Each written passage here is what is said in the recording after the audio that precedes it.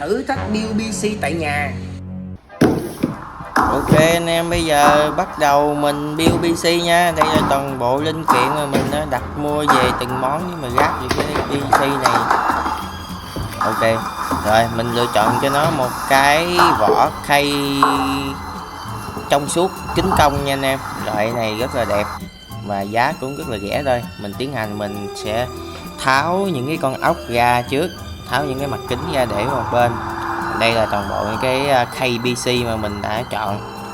Và đây là cái main chính của cái này, chứ mình chọn là cái main X79 WinForce nha anh em.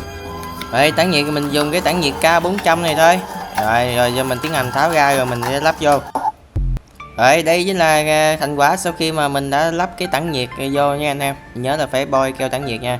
Rồi để cắm cái dây của cái tản nhiệt này thì anh em tìm cho mình ở trên cái main á, có cái chữ là CPU fan. Đó là cái vị trí mình cắm cái jack của cái quạt tản nhiệt vô. Rồi mình cắm vô.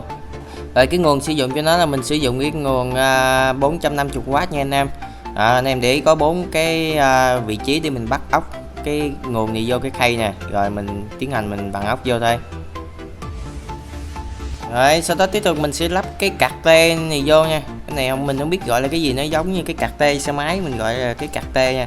Rồi anh em sẽ tiếp tục mình xác định là 4 cái vị trí ốc để mà cố định main lên cái khay nha anh em. Đây 4 cái vị trí ốc này mình vặn ốc vô thì sau khi mà cố định cái main lên cái khay thì mình sẽ được như thế này. Rồi cái jack mà nguồn mà nhiều nhất này chính là jack 24 pin cấp nguồn cho main nha anh em. Còn cái jack phía trên đó là cái jack 4 ghép với lại 4 thì nó là cái jack 8, nó sẽ cấp nguồn cho CPU nha anh em. Rồi anh em xác định mình cái dây USB này, rồi mình nhìn trên cái main nó có cái chữ FG USB đó, rồi mình cắm vô thôi. Xong rồi mình kiếm cho mình cái USB 3.0 nha, rồi mình sẽ cắm cái dây USB 3.0 ở trên cái vỏ khay vô. Rồi tiếp theo là mình sẽ cắm cái dây audio nha, cũng tương tự thôi, trên main có chữ audio thì mình cắm cái jack audio vô chỗ đó thì nó sẽ có cái chỗ khuyết ở trên cái jack đó, anh em sẽ cắm không có bị lộn chiều đâu. Rồi tiếp theo là một đống cái dây nút nhấn này kia là nó lằng nhằng nhất, anh em quan tâm nhiều nhất có phải không? Tại vì cái này là mỗi main nó sẽ có vị trí cắm khác nhau, anh em sẽ dựa theo cái sơ đồ này mình vẽ nha. Mình cắm theo là chắc chắn sẽ được theo y chang cái sơ đồ đó. Này là cái main X79 nha anh em.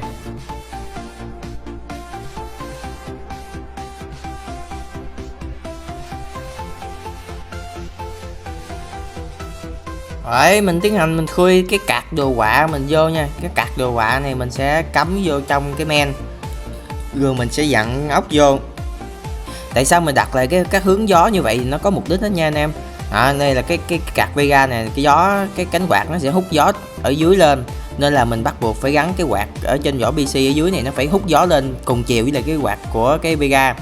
Còn cái quạt của tản nhiệt CPU này nó hút gió từ phải sang trái nha anh em, thì bắt buộc cái quạt đằng sau cái PC này mình cũng phải gắn theo cái chiều gió đó. Rồi tiếp theo mình sẽ cố định cái ổ cứng SSD này vào trong cái vỏ khay và mình tiến hành mình sẽ cắm nguồn vô nha anh em. Một cái dây Santa này chính là cái dây điều khiển nè, tín hiệu á, mình sẽ tìm phía trên cái main có cái chữ Santa này thì mình sẽ cắm cái cọng dây Santa vô.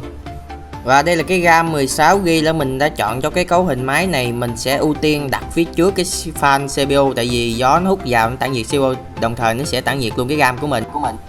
Rồi đây là cái jack cắm của những cái quạt này, mình sẽ cắt song song lại với nhau và mình kiếm cái dây nguồn mà nó giống vậy á, rồi mình cắm vô thôi. Rồi tiếp tục là mình sẽ đi dây lại cho gọn gàng, và đây là thành quả cuối cùng sau khi mà mình build xong. Bây giờ sẽ bật máy lên cho anh em chiêm ngưỡng cái vẻ đẹp của cái PC này nha.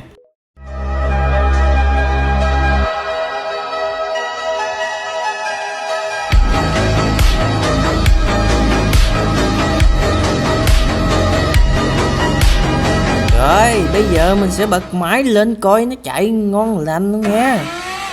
Lên.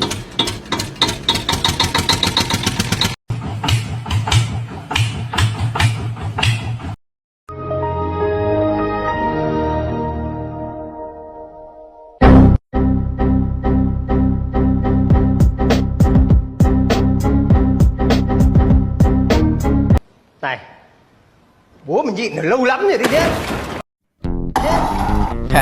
Đồ anh em chút xíu thôi chứ máy mình chưa cài Win nha. Rồi bây giờ mình tiến hành cài win thì mình tưởng đâu dễ, nhưng mà sao càng làm hồi sao nó bị lỗi cái gì tùm lum luôn vậy, bị lỗi TMP 2.0 rồi nghe anh em. Nhưng mà không sao, với kinh nghiệm gần như bằng không của mình là mình đã fix được lỗi và cài win chạy ngon lành nha anh em. Anh em nhớ cho mình một like một follow nha.